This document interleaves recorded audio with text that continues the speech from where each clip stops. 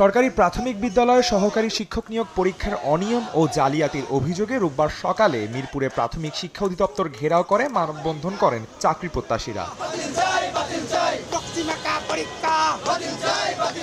প্রশ্নফাঁস ও device জালিয়াতির অভিযোগে শনিবার অনুষ্ঠিত শিক্ষক নিয়োগ পরীক্ষা বাতিলের দাবি জানান পরীক্ষার্থীরা। জড়িতদের যথাযথ শাস্তির পাশাপাশি নতুন প্রশ্নপত্রের স্বচ্ছ প্রক্রিয়ায় পরীক্ষা নেওয়া সহ 5 দফা দাবি তাদের। কনকনে শীতের মধ্যে সারা রাত পরিশ্রম করে যখন পরীক্ষার হলে যাচ্ছে, পরীক্ষার হল থেকে বের হয়ে দেখতেছে প্রশ্ন ফাঁস হয়েছে। দুর্নীতি করে এই প্রাইমারিতে ঢুকি, কাল প্রাইমারিতে যত পারি আমি দুর্নীতি করতে যাব। পরীক্ষার বাতিল তো করলোই না, এমনকি আমাদের কোনো আশ্বাসও দিচ্ছে না যে পরবর্তী ওনারা কি পদক্ষেপ নেবে। তবে আমাদের এই অসৎ উপায় অবলম্বন বন্ধ করতে হবে।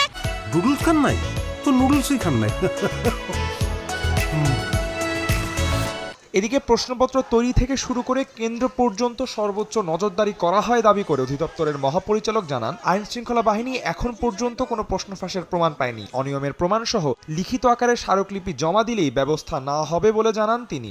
61টা জেলা প্রশাসকেই এবং একই সাথে গোয়েন্দা সংস্থা আমাদেরকে জানিয়েছে যে প্রশ্ন ফাঁস কোথাও হয়নি এবং এই ধরনের কোনো অভিযোগও নেই। অনৈতিকতা এই জায়গাটা আমরা প্রশ্রয় দেইনি। তারপরেও আপনারা এখন যেহেতু বলছেন যে আপনাদের হাতে ডকুমেন্ট আছে, আপনারা যদি অভিযোগ করেন আমরা অবশ্যই সেটা তদন্ত করব। দ্রুত পরীক্ষা বাতিল না করলে বড় আন্দোলনের হুঁশিয়ারি চাকরি প্রত্যাশীদের। আদনান তুর্য, সময় সংবাদ, ঢাকা।